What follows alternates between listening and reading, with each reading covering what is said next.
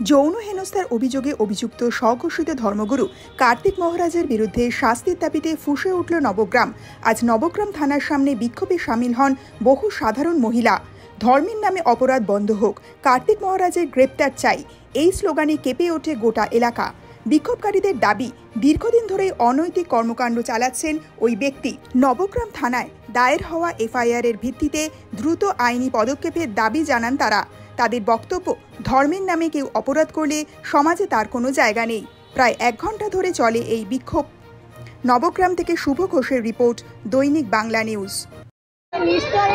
আমাদের আজকে বিক্ষোভ যে কার্তিক মহারাজ উনি মহিলাদের চাকরি দেব বলে উনি যে মহিলাদেরকে প্রলোভনে ফেলে ধর্ষণ করেছেন, তাই আমরা মহিলারা আজকে ওই কার্তিক মহারাজের অ্যারেস্ট চাই। কার্তিক মহারাজের আমরা শাস্তি চাই। কার্তিক মহারাজ যে মহিলাদের সিঁদুরের অপমান করেছেন, তার জন্য আমরা মহিলারা রাস্তায় নেমেছি। মহিলাদের সম্মান দিতে হবে। আর মহিলাদের আমাদের যে অপমানিত করেছেন, যে মহিলাদের মানে ধর্ষণ করেছেন, তার মানে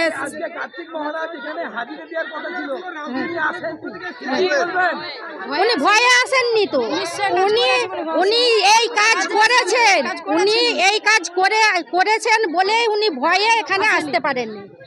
আর উনি এলে পরে উনাকে আমরা অ্যারেস্ট চাই। আমাদের দাবি মহিলাদের অ্যারেস্ট চাই। উনি যে রাষ্ট্রপতি মানে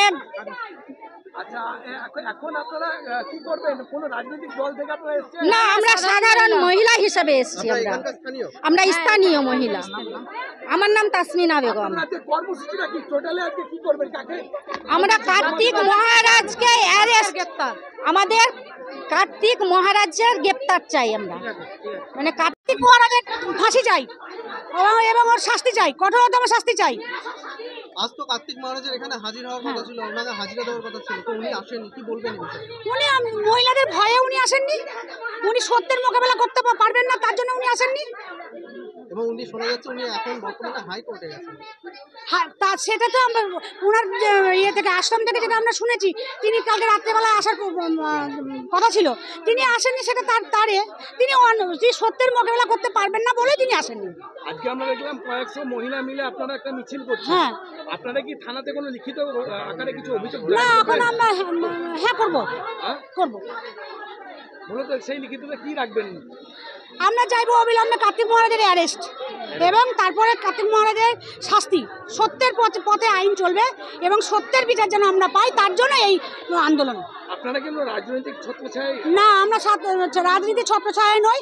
আমরা সাধারণ মহিলা এবং মহিলা হিসাবে আমরা এসেছি। কি নিয়ে আপনারা আজকে আন্দোলন নেমেছেন? আমরা আন্দোলন নিয়ে এসেছি কার্তিক মহারাজের আন্দোলন। উনি তো পদ্মশ্রী প্রাপ্ত। এই যে ঝাঁটা দেখেছেন, এই যে ঝাঁটা নিয়ে এসেছি কার্তিক মহারাজের কাছে উত্তর চাইবার জন্য। কেন একটা মহিলাকে ফিরিয়ে করেছেন? আমার নাম সোনালী পান্ডে।